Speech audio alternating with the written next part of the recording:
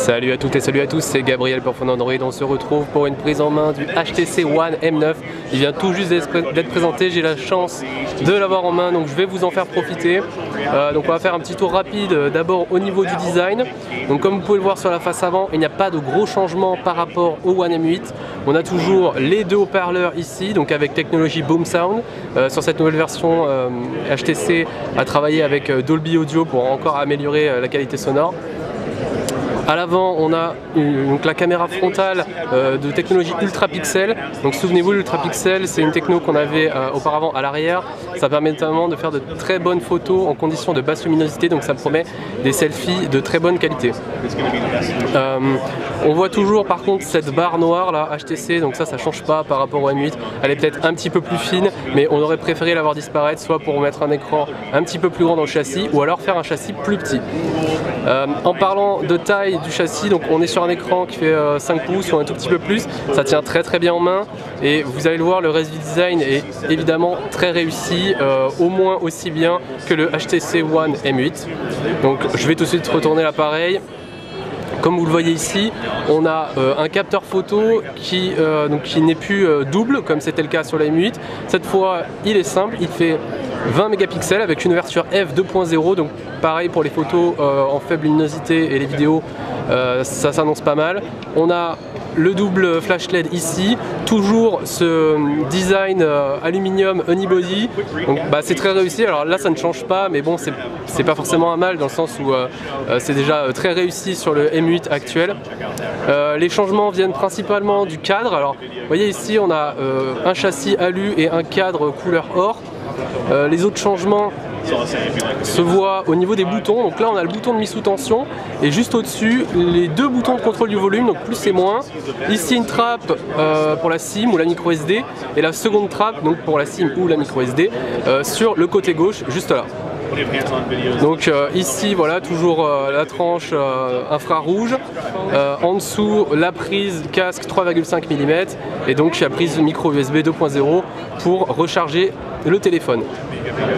Donc on est sur un produit qui est très bien fini. Si vous aimez le design si vous aimiez le design du M8, il y a toutes les chances que vous aimiez ce M9, à la seule différence que ça évolue peu, voilà.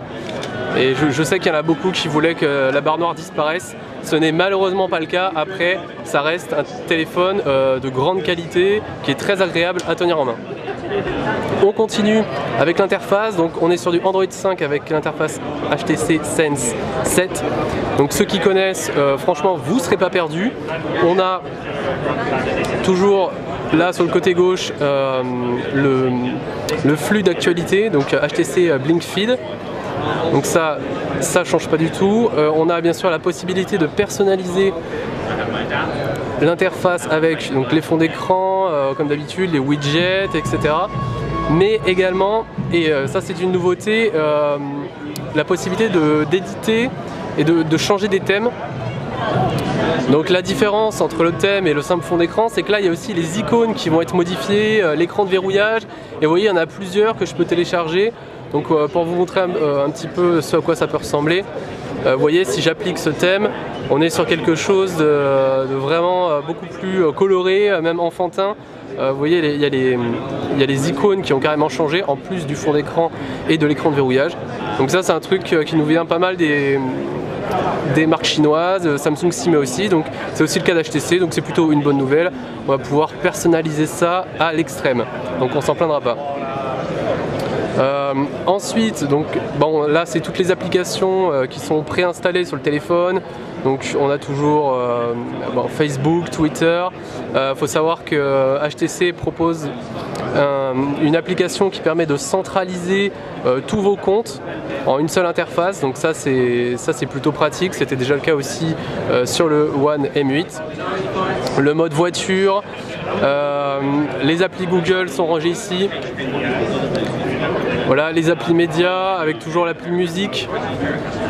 Donc on est bien très réussi. Alors je vais essayer de mettre un peu de son pour qu'on voit la qualité des haut-parleurs.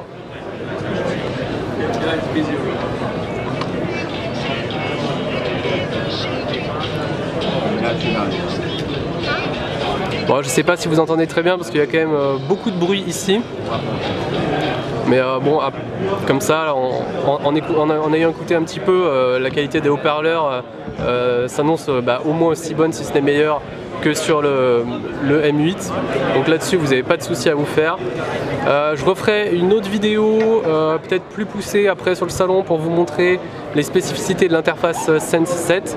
Mais voilà, pour l'instant, c'était une prise en main rapide. Donc j'espère que ça vous a plu. On se retrouve très vite sur Phone Android pour d'autres vidéos. N'hésitez pas à vous abonner pour voir la suite des vidéos que je ferai sur le MWC 2015. Merci d'avoir regardé la vidéo et salut à tous. Ciao ciao.